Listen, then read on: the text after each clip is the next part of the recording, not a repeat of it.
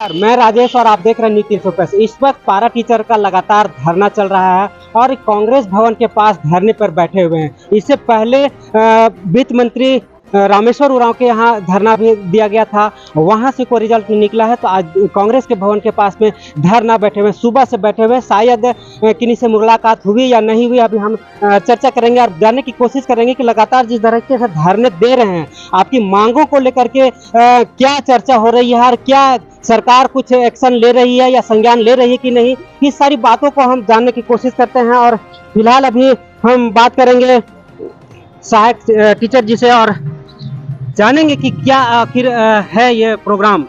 जिस तरीके से लगातार धरना चल रहा है, सरकार को चाहिए कि आपसे वार्ता करे और आपकी मांगों पर कोई ठोस कदम उठाए, लेकिन लगातार आज तक किसी तरह से सरकार ना ही आपसे मिली और ना ही किसी तरह से कोई ठोस कदम उठाया। क्या कहेंगे आप?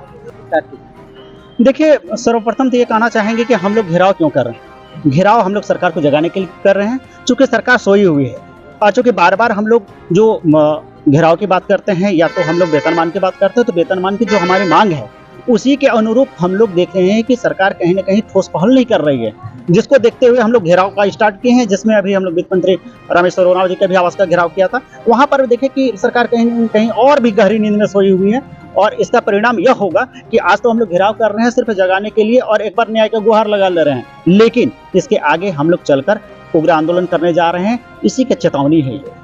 उग्र आंदोलन मतलब किस टाइप का उग्र आंदोलन करेंगे? देखिए, उग्र आंदोलन तो आप साफ जानते हैं कि कहीं ना कहीं सरकार को, जो भी सरकार के जो नुमाइंदे हैं, खास करके विधायक, सत्ताधारी विधायक, सत्ताधारी मंत्रीगण, उन सभी लोग को उनके क्षेत्र में घुसने नहीं देंगे, पहला बात। और दूसरी बात है कि उनको काला झंडा से भी स्वागत करेंगे हम लोग।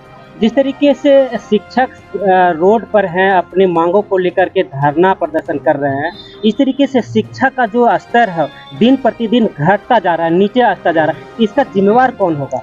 देखिए, ये जो आप प्रश्न कर रहे हैं, इस प्रश्न को सरकार से करनी चाहिए था, क्योंकि जो भी स्थिति आज है, जो हमारा दयनीय स्थिति है, सरकार जिम्मेवार है।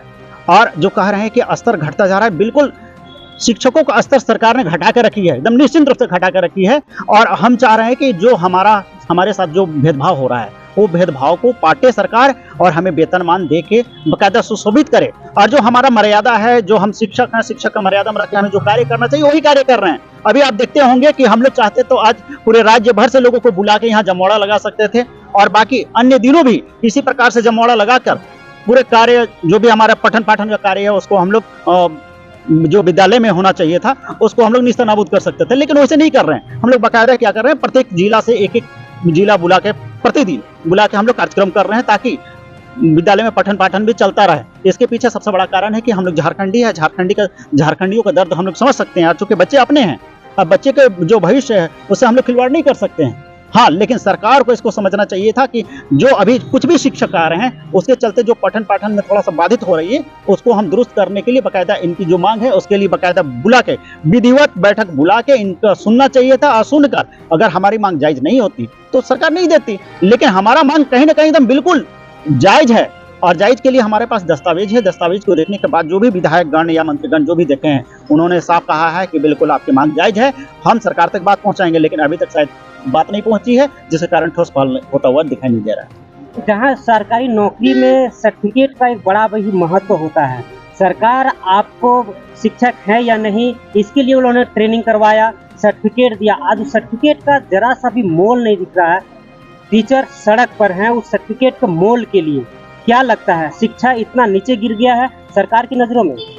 देखिए, सरकार की नजरों में सिर्फ और सिर्फ शोषण करने का कार्य करना है, दोहरा नीति अपनाना है, एक समुदाय विशेष के लिए कार्य करना है। अन्यथा जो सर्टिफिकेट हमारे बीच में है, उन सर्टिफिकेटों के आधार पर सरकार को तो सीधा वेतनमान देना चाहिए था, सरकारी शिक्षक बनाना चाहिए था। उदाहरण स्वरूप हम आपको बताना चाहेंगे कि जो अल्पसंख्यक विद्यालयों में कार्य हुआ है, अल्पसंख्यक विद्यालयों में जिस प्रकार से एक प्रशिक्षित को उठा के डायरेक्ट सरकारी शिक्षक बना दिया है, उस पर आरक्षण रोस्टर का पालन नहीं हुआ है, टेट को शिथिल कर दिया गया। ये तमाम चीजों को शिथिल करते हुए सरकार सरकारी शिक्षक बनाती है। दूसरी तरफ जो 20 वर्षों से कार्य कर रहे हैं पारा शिक्षक, उन पारा शिक्षकों को आज वेतनमान से वंचित रखे हैं, जबकि इनका मैनिफेस्टो में बाकायदा वेतनमान का उल्लेख है।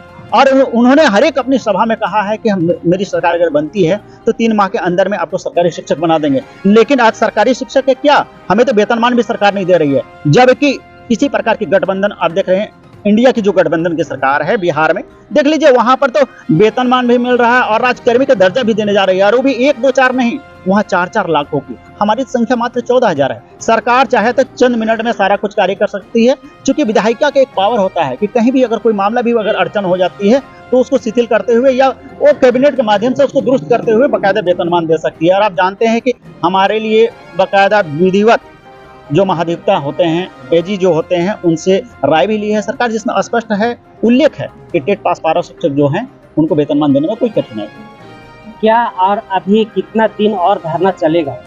देखिए, धरना तो हम लोग अनिश्चितकालीन है, इसलिए इतना मान के चलिए कि सरकार, जब तक ये सरकार है और हमें जब तक वेतनमान नहीं दे देती है तब तक धरना प्रदर्शन हमारा चलता रहेगा। और ये तो जान लीजिए कि हम लोग अभी क्या कर रहे हैं कि न्याय के गुहार लगा रहे हैं, लेकिन उग्र आंदोलन करेंगे और उग्र आंदोलन का जो स्वरूप होगा वो इस बार कुछ नया होगा, वो आपको देखने के लिए मिलेगा। क्योंकि हम लोग इसमें चिंतन मंथन कर रहे हैं कि सरकार को कैसे आईना दिखाएं कि सरकार, जिसको हम लोग बार बार कहे हैं कि आपको बनाने के लिए हम लोग एड़ी चोटी एक किए थे, थोड़ा हमें भी बना दें। और चूंकि बनाएंगे तो कहीं ना कहीं झारखंड का ही कल्याण होना है, क्योंकि जो पैसे आएंगे हमारे बीच में वो झारखंड में यूज होगा और झारखंड के ही कल्याण होना है। प्रमोद कुमार, प्रदेश संरक्षक, टेट सफल सहायक अध्यापक संघ, सह सदस्य समन्वय। क्या बातें हुई है कांग्रेस के आला अधिकारियों से? जी, कांग्रेस के आला अधिकारी से बात हुई है, लेकिन वो बोले कि हम आ रहे हैं, अभी तक वो आए नहीं है। वो आवे या ना आवे उससे हम लोग को मतलब नहीं है। यदि नहीं आते हैं तो मैं आपके माध्यम से, इस इलेक्ट्रॉनिक मीडिया के माध्यम से आवाज में उनके यहाँ पहुंचाना चाहता हूं।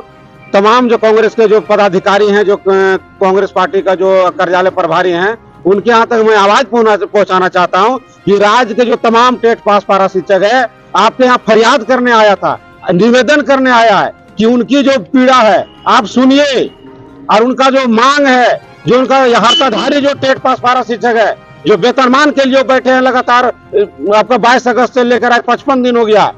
लेकिन इस सरकार जो है, ये गठबंधन की सरकार जो है, जो जानबूझ करके, ऐसा नहीं कि वो सुन नहीं रही है, सुन रही है, लेकिन जानबूझ के जो मटियाने का काम कर रही है।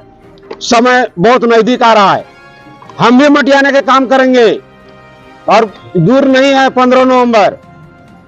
यदि आप वेतनमान 15 नवंबर के पहले घोषणा नहीं करते हैं, पत्र जारी नहीं करते हैं, तो हम तमाम जो 14,042 टेट पास पारा शिक्षक है अपने परिवारों के साथ आएंगे और 70,000 हम आएंगे। एक परिवार में 5-5 सदस्य हैं, 14 पर 70,000 हम आएंगे और आपको जो है आप आईना दिखाने का काम करेंगे, अंडा टमाटर से सौगात करेंगे, आपका काला झंडा से स्वागत करेंगे। यदि उसके बावजूद भी यदि वो वेतनमान नहीं देते हैं तो पुनः फिर हम जो तमाम टेट पास पारा शिक्षक है राजभवन के समक्ष हम जमा होंगे और आत्मदाह करने के लिए मजबूर होंगे। इससे पहले वित्त मंत्री रामेश्वर उरांव के यहाँ आपने धरना दिया था, क्या कुछ आश्वासन मिला या कुछ ठोस कदम के लिए? ये झारखंड के लिए दुर्भाग्य की बात है। हम सरकार में जितने भी अधिकारी, मंत्री, विधायक हैं, तमाम लोगों के दरवाजे पर जा गुहार लगाए, तमाम लोगों से निवेदन किए कि हम हड़ताधारी टेट पास पारा शिक्षक है, हमको वेतनमान देने का पहल करिए। सभी लोगों ने एक स्वर में कहा कि आपका मांग जायज है।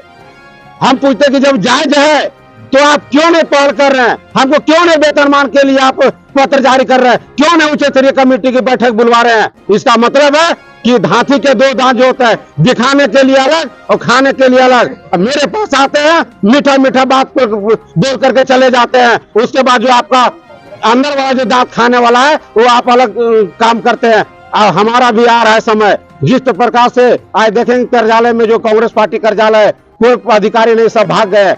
भागिए, हमको और भगाएंगे आपको। समय आ रहा है, आपको गली गली घुसने नहीं दिया जाएगा। क्या सोच रहे हैं? हम लोग वही पारा शिक्षक हैं जो हमने पिछली सरकार को मूली जैसे कबाड़ के फेंक दिए, जो डबल इंजन की सरकार थी। अरे आप तो चुटकी में उड़ा देंगे आपको। आप गठबंधन की सरकार है, आपका 3 तरफ पैर है। हम 14,000 जितना पारा शिक्षक है, एक एक पैर पकड़ेंगे तो आपको समुद्र के बंगाल के खाड़ी में लेके फेंक देंगे। क्या समझ लिए आप? अन्यथा यदि उनको पुनः अगर सरकार बनानी है तो तमाम जो टेट पास पारा शिक्षक है तुरंत अविलंब वेतनमान की घोषणा करिए, अन्यथा हम कुछ भी करने के लिए तैयार है। आपका कुंभकर्ण ढोल नगाड़ा से उसको जगाया जाता था, 6 महीना सोते थे। हमको लगता है कि ये महाकुंभकर्ण है जो लगभग 1 साल से सोए हुए हैं। 55 दिन हो चुका है, सरकार आपसे किसी भी तरह से कोई वार्ता नहीं की है।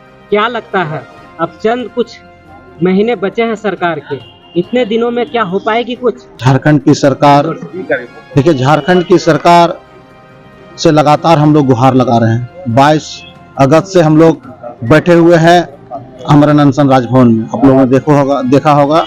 इस बीच में सभी विधायक, सभी मंत्री एवं सत्ता पक्ष के जितने भी उनके छोटे से बड़े कार्यकर्ता हो, पार्टी प्रभारी हो, सभी से हम लोगों ने मिलने के पश्चात मैंने साक्ष्य और डॉक्यूमेंट्स के आधार पर दिखाया कि टेट पास पारा शिक्षक एक सरकारी शिक्षक बनने की सारी अर्हता पूर्ण करती है।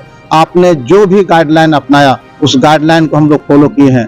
आपने कहा था कि टेट पास पारा शिक्षकों को वेतनमान देने में कहीं कोई समस्या नहीं है। जब समस्या नहीं है तो आज हम 4 सालों तक वेतनमान से वंचित क्यों हैं? बड़ी खेद और दुख के साथ कहने पड़ता है कि जिस सरकार को हमने माटी की सरकार को बनाया, खून पसीनों से सींचा और सत्ता में सुशोभित किए, हम लोग कहते थे गली गली सभा सभा में कि हेमंत है तो हिम्मत है। अब हमको लगता है कि हेमंत है तो दिक्कत है। अब जिस सरकार को हम लोगों ने बनाया है, अगर उनसे मैं अनुनय विनय हम लोग कर रहे हैं, गुहार लगा रहे हैं, या आपने जो घोषणा किया था घोषणा पत्र में, भरी भरी सभाओं में कि टेट पास पारा शिक्षकों को वेतनमान देंगे, मैं अभी भी आपसे आशावादी। सरकार महिलाओं के लिए बहुत वादे करती है, हम सुरक्षा देंगे, रोजगार देंगे, उनकी सशक्तिकरण करेंगे, लेकिन एक टीचर होने के नाते आज आपका जो मांग है वो सड़कों पर उतर करके के लेना पड़ रहा है, क्या कहें? देखिए आज महिलाएं जो हैं हम मजबूर हैं, है ना। 10 साल से इंतजार कर रहे हैं कि सरकार माटी की सरकार बनेगी तो हमारी नियुक्ति लेगी, लेकिन इंतजार करते करते धैर्य का बांध अब हम लोग का टूट चुका है। 55 दिन अनशन कार्यक्रम का हो गया, 11 कैबिनेट मंत्रियों को जाके हमने अपना मांग जो था उनको वेतनमान, और सरकार वादा करके भी आई थी कि आपको वेतनमान मिलेगा। आप समझ सकते हैं कि एक महिला कितनी जिम्मेवार व्यक्ति होती है। बाल बच्चों को देखना है, आपका विद्यालय देखना है, संगठन के कार्य को भी देखना है, लेकिन ये सरकार हमको बेटी बचाओ बेटी पढ़ाओ कहती है, लेकिन कहीं भी महिलाएं सुरक्षित नहीं है हेमंत सरकार में। आज आए दिन आप देखिएगा महिलाओं के साथ अत्याचार हो रहा है और खुद सरकार अत्याचार कर रही है। कितना हम लोग पढ़ के अपने बच्चे को पीठ में बांध के स्कूल में पढ़ाने का काम किए, टेट एग्जाम के लिए तैयारी किए, और आज उम्र बढ़ती ढलती हुई उम्र हमारी हो चली है, 45 से 55 के लगभग में सारी महिलाएं हैं, और इतना काम करते हुए भी अपनी मांग को लेके अड़िग है। हम टेट पास कर चुके हैं लेकिन सरकार हमको वेतनमान नहीं दे रही है। सरकार को कुछ नहीं करना है, सिर्फ क्रेडिट लेना है। ये भी कहते हैं कि अलग से आप टेट का ऑर्गेनाइज कीजिए, टेट एग्जाम लीजिए तब हमको नियुक्ति दीजिए, ऐसा नहीं है, क्योंकि यही माननीय हेमंत सोरेन जी की सरकार में सहायक शिक्षकों की नियुक्ति हुई थी 2013 में। 17 से 18 बार काउंसलिंग हुआ, 2019 तक काउंसलिंग हुआ 2012 की नियुक्ति नियमावली के तहत, और 2016 में हम 2012 की नियुक्ति नियमावली के तहत ही टेट पास किए हैं। जब उस समय आप निकाले नहीं थे कि एक और एग्जाम आपको देना पड़ेगा, तो 7 साल बाद आप 2022 में सहायक आचार्य नियुक्ति नियमावली लेके आते हैं, और वो भी सरासर हम लोग के साथ अन्याय है, क्योंकि जो नई सहायक आचार्य नियुक्ति नियमावली आई है वो एकदम बोलिएगा 135 पेज का है। हर पेज में कुछ ना कुछ त्रुटि है, क्योंकि इसमें सबसे बड़ी बात है कि जो ऑनर्स पेपर करता है ना, तो वो ज्यादा नंबर लाते हैं तब वो ऑनर्स पेपर करते हैं। ऑनर्स पेपर वाले को आप फॉर्म भरने नहीं दे रहे, और जो पास कोर्स किया है, पास कोर्स वही व्यक्ति करता है जो इंटर में उनका कम नंबर आता है। आप पास कोर्स वाले को भरने दे रहे हैं और जो ऑनर्स पेपर किया है उसको भरने नहीं दे रहे हैं। बहुत सारा विषय है जो छूटा हुआ है आपका।